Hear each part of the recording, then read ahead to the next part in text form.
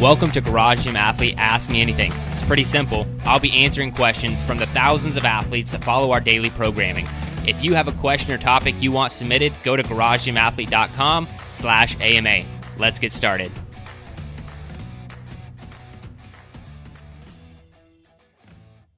All right, ladies and gentlemen, welcome to the Garage Gym Athlete Podcast. Jared Moon here with Joe Courtney. What's up, Joe? How's it going? It's going well, man. We're doing an Ask Me Anything. It's an Ask You Anything. It's an Ask Joe some stuff. And Well, it's not even anything. Ask me anything about Africa. it's an AJS. Ask Joe some stuff. AJSS. Yeah.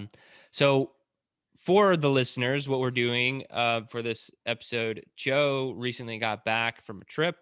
He did a lot of cool stuff, climbed Kilimanjaro, all sorts of great things. And we're going to see how that relates to fitness, being a garage gym athlete, all that good stuff.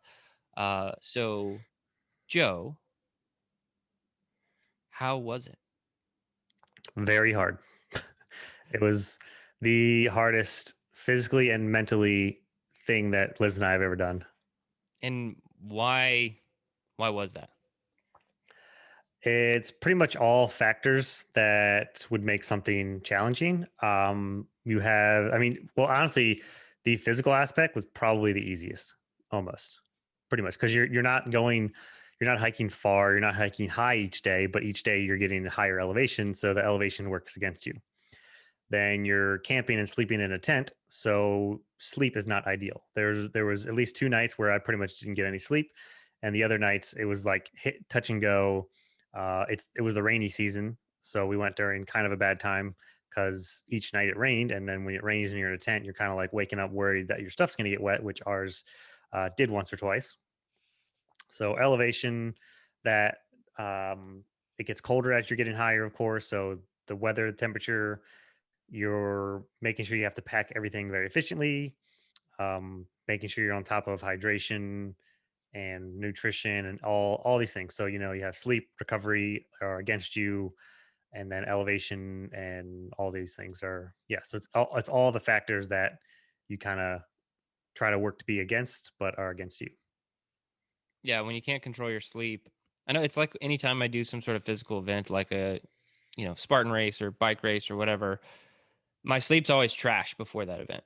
And normally because I'm nervous or pensive. And then that changes everything, right? You're like going to do this in your day-to-day training, or at least for me, and probably for you, sleeping 8 or 9 hours, everything's like perfect. Mm-hmm. And then you're at quote unquote game day, or you go to use your fitness for something and you slept like 4.5 hours the night before. And it's a little bit harder, but it's a good test. So you had everything going against you. You're wet, you're cold, you're at elevation. How was the elevation part of it? Because do you know how high you were? What was the so the total elevation on the summit, the highest that we got was just over 19,000 feet, which is fairly high. Yeah. We started at 5,500. We started at about a mile high, so 5,500 ish feet. And then the very first day we skipped all the way up to like 9 or 10. And then from there on, we were between 12 and 15 going up and down. So we were still really high. Like even at 12,000 feet, that's like the highest we've ever hiked and been. And we were living at that for the entire time. And it's because you need to get acclimated somehow. So on the third day is when we went all the way up to 15 and then came down and slept at 13. But on that third day, we both got like small headaches and a little bit of nausea because of the elevation coming down, and then some other small factors that just kind of put it all together. But yeah, so we were that high for the majority of it, and like you felt it. Like it wasn't even just the hiking part, because when you start hiking, it's like, oh man, I'm already out of breath. But then you kind of get into a groove, almost like when you go for a run, like zone 2 or whatever. Mm-hmm. You're like, okay, the first 5 minutes, you think you're more tired than you are, but then you just kind of find a happy medium. But like doing mundane things, like putting on a pair of pants, going to the bathroom, you just like stop after a second. You're just like, oh my God, I can't catch my breath. I just put my pants down. And you're just like the simplest thing of like getting out of your sleeping bag, walking to your little table or the bathroom. And she's like, oh man, I'm out of breath out of that. And just all those little mundane things. So yeah, we were up high. I noticed that. So I went skiing or whatever with the family a month ago, and the house we were at was at 12,000, I think. And so and it had stairs, right? So every time I walk up the stairs, I'm like, oh God, I can't breathe. But then I didn't notice that when I was skiing, you know? And is that kind of what you're saying? Like once you get moving, you're like, okay, this is fine. But all the little stuff, you just notice how out of breath you are. Basically. So like as we like when you start or basically when you would either start the day or start from a small break that we might have had, you you get really tired, but then after about 10-15 minutes, you're kind of compensating. Your body kind of knows, okay, I mean, I know my heart rate's gonna be high. I know you get into a breathing rhythm, and I mean, I didn't talk. We were pretty much didn't talk while we were ascending, Right. and Like, no talking. yeah, and like our guy was always like, "Make sure you're drinking water," and I'm like, "I can't drink water and walk at the same time. I need to breathe." So, like, we would have to wait for the flat parts or the down parts, or when we'd stop to actually like drink, and I drank a ton of water then. But other than that, it was just the monotonous of one foot in front of the other and keeping your breathing slow and controlled, and you just you find your rhythm. And you mentioned the EO3 elements being a big factor. Tell me a little bit more about that. Yeah, 100%. I think that's the main reason why we succeeded. And one of the things that the guides mentioned to us, like they for one tell you that you need to drink a ton. So you have to carry on your person 3 liters of water and drink that each day.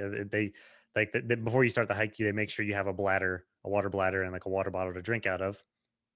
And they're always telling you to drink and make sure you're drinking enough. But like we were drinking 3 liters by lunchtime. Because we were just so used to drinking water, and 3 liters is basically what I would drink normally, or we would both drink normally in a day anyway. And this would include like in our tent they would bring us hot water for coffee and tea. So like in breakfast, lunch, and dinner they would bring us a big thermos of hot water, and we would have at least four or five cups of those each meal. And it was mostly because, well, a, we needed to drink some stuff, but also because it was cold, sitting in our tent, you're cold, so you're just drinking hot water to stay warm as well. So just habitually hydrating and staying hydrated was one thing. Next is nutrition, making sure we're eating enough of what we're getting. And it didn't matter. And I think you and Marco both mentioned before I left was like, don't worry about macros at all. Don't worry about, you said specifically, don't worry about being low carb or anything like that. We didn't have a choice. They had a cook that made our food for us. And yeah, you don't have aesthetic goals or macro goals when you're climbing a mountain. You are eating what's in front of you as much as you can, and it's just because you need the fuel. And also, being in that mindset of knowing that we need to get as much fuel as possible, and eating to fuel for our physically, and like the altitude change kind of helped as well. I ate so many times that I wasn't hungry, and that's one of the things that goes when you go to altitude is you lose your appetite. And that was like the number two thing that they would kept on asking us after hydration was like, "Hey, are you still have an appetite? Are you guys still eating? Make sure you're eating enough." And I like Liz. She must have like somehow grown up on a mountain, even though she didn't. She had zero effect from the altitude, There's but I did. always that And person who's like, I don't yeah, know what you're right. talking about. Yeah, I'm just like, you're killing me over here. So each meal, like she was hungry by the time we got to the meals. And I'm just like, I'm not hungry, but I know I need to eat. So I would just make myself eat enough as much as I could. And a lot of times it would be after we finished eating, I'd be a little bit nauseous because, altitude in general could make you nauseous, but I was just eating and I wasn't hungry, but I knew I needed to. So having that habit of doing that really helped as well. Sleep, you can only do so much, but when you can, if you can. And we started toward the end, the last couple of days, or the days leading up to the summit. We took Benadryl to make sure we actually got as much sleep as we could, and just preparing as much as possible to like at the very last moment of when they would brief us each night about, okay, this is what we're doing the next day. This is what you're going to need to pack, and your day pack that you're carrying. They would also take our pulse, our blood oxygen level, and ask us a bunch of questions if we were having symptoms of this, that, and the other. So basically, we would whenever they would come and do that, we were already in our sleeping bags ready for bed. So right when they would leave, we would go to the bathroom and then go to sleep. So all of those elements things I think were the main thing that really helped us succeed. Physically, like I said, it really wasn't that hard. Um, we were only hiking for I don't know what the breakdown was per day, but it was only a couple of thousand feet gain each day, and then you'd kind of come back down. And total, we would be hiking for like 3 to 4 or anywhere from 3 to 5 hours. And we were actually kind of the fast hikers, so we never really felt that fatigued in our legs. It was just our lungs, the elevation was the only thing that was really holding us back. Awesome. E- EO3 elements for the win. Now I want to talk about fitness. I mean, you were on the strength track leading up to this. Do you think that was a good idea, bad idea? Didn't matter? I don't think it mattered at all. I think the I only mean, thing that most I think, people going to climb a mountain be like, you know what? I think I should probably hop on the enduro track. yeah, So right. yeah, how do you feel? Like, why do you think it didn't matter? Like, what are your thoughts on that? Well, maybe just for me or us, because I mean, every Thursday we were doing some sort of run. We were running on top of that and doing a lot of zone two on top. So I think preparing wise, as long as you were supplementing with a lot of zone two work, because when you're hiking, like I said, I was you get into that rhythm to where you can sustain it for a long time, but I'm not having a conversation or drinking water. So like I'm pretty sure I was in zone two for the majority of the hike, but I'm just so used to sustaining that for a long time, doing zone two or like lower, even like lower zone two work, that I was fine, and like the recovery wasn't much at all. So if you're used to doing zone two, you could still do strength and just have zone two work on the whatever fifth day or of the week that you're doing. So I don't think physically that it's that big of a deal to be doing strength work and going to climb a mountain. Yeah, cool, man. Well, anything else we should hit? Anything else you want people to know? Garage Gym athlete versus Kilimanjaro. I win. We win. Um, yeah, it was more mental probably than physical, and especially on the summit day. So that day, and when I mentioned that's probably the big highlight day, and that's the day that we woke up at midnight and we started hiking at 1 a.m. to get to the summit when the sun rose. And like the mental battle of knowing, like the dread of, okay, I know I'm not going to get any sleep this night, and I know we're going to be living and hiking in the dark, in the cold, ascending a mountain, and just that kind of messes with your mind. As we started that day, the first 90 minutes to 2 hours or whatever, I was trying not to look at my watch so that I would get psyched out. But first, that bit of that portion of it, I felt great. I was thinking, okay, you know what? This isn't that bad. We're going to do just fine. And then, like, it started snowing and sleeting, and this huge wind was blowing at us for a while. And my temperature dropped. I was absolutely freezing. So this is when I was like, holy crap, this really, really sucks. So at one point, when we stopped, I was telling the guys that I was getting pretty cold, even though we on the ascent, they don't let you rest for more than like 2 or 3 minutes because they need to keep your temperature up, but you also can't go fast because they don't want you to sweat. So our steps were literally like step one Mississippi, step one Mm. Mississippi, and you're just doing that for like 6 hours going up the mountain, and it's fairly steep too. So I tell them I'm cold, and they gave me a jacket, an extra jacket. And funnily enough, so everybody in Tanzania is like kind of small. I think I'm a head taller than everyone. And it was like one of our crew's jackets that was on top of my jacket. So it was like a really, really, really tight jacket that I said that I had to squeeze into. Either way, it made me warmer and I was happy about it. I didn't care how it looked. So after a few hours of that, I was like, okay, I'm starting to get warmer. That's fine. But I still had to like really, really dial in some um, positive self talk and a lot of repetitive things that I was just telling myself for probably like 2 hours, just like positive self talk to myself over and over and over again because I was freezing. I was tired. We're still going up a mountain. It was pitch black, so you can't even see where you're going or how much you have left. And you're just like, oh my God, I don't know when this is going to end. I don't want to look at my watch because I don't want to see what time it is and think, okay, I still got 3 hours of this left. So, yeah, the mental side was huge toward it.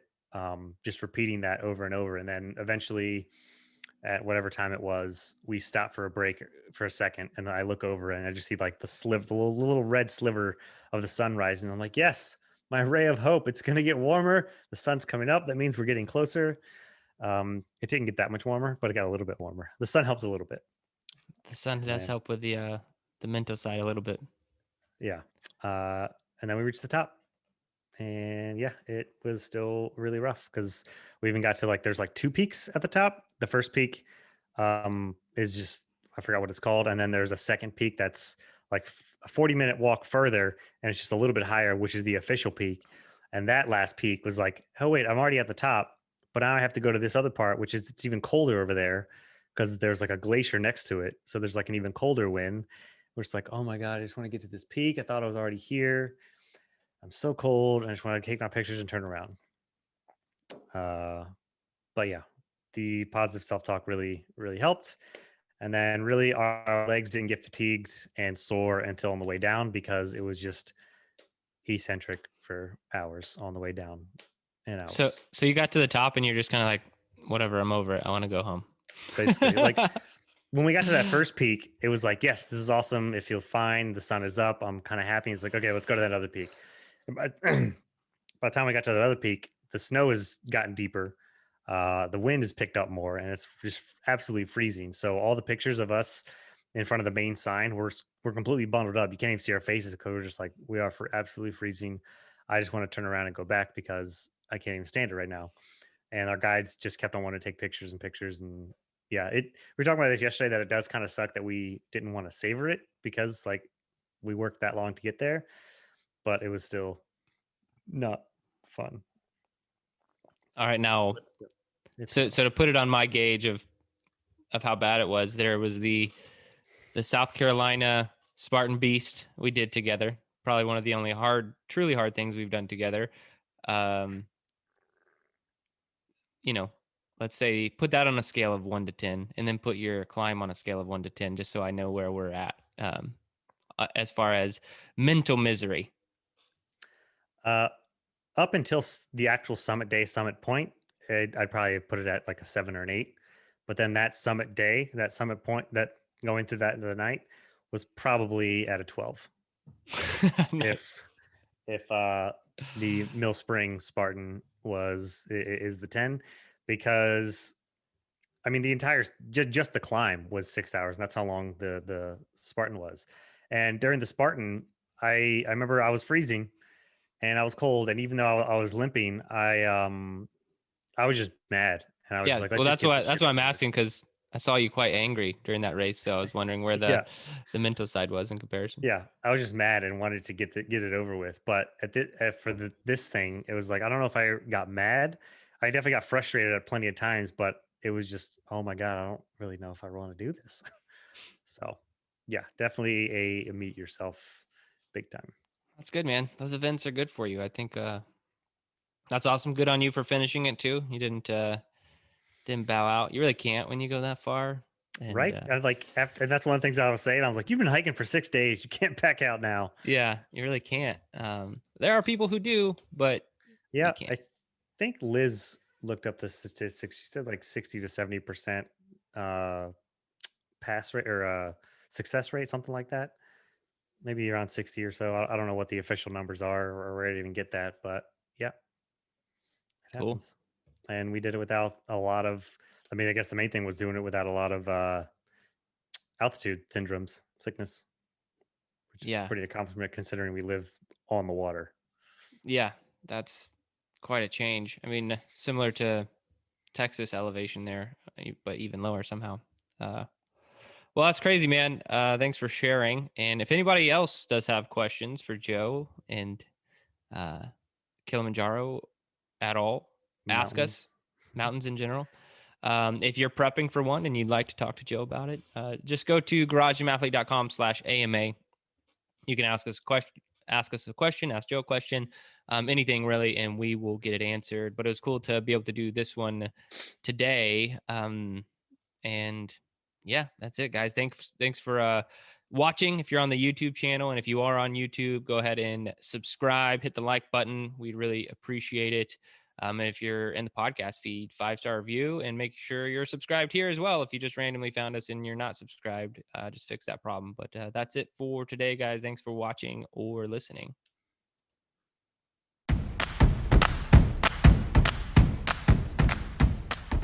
I hope you enjoyed today's Ask Me Anything episode. So one more time, if you want to submit a question, topic, or idea, you can do so at garagegymathlete.com/AMA. And hey, while you're there, if you haven't already, sign up for Garage Gym Athlete membership. We are the best community and programming on the internet. I dare you to try and prove me wrong.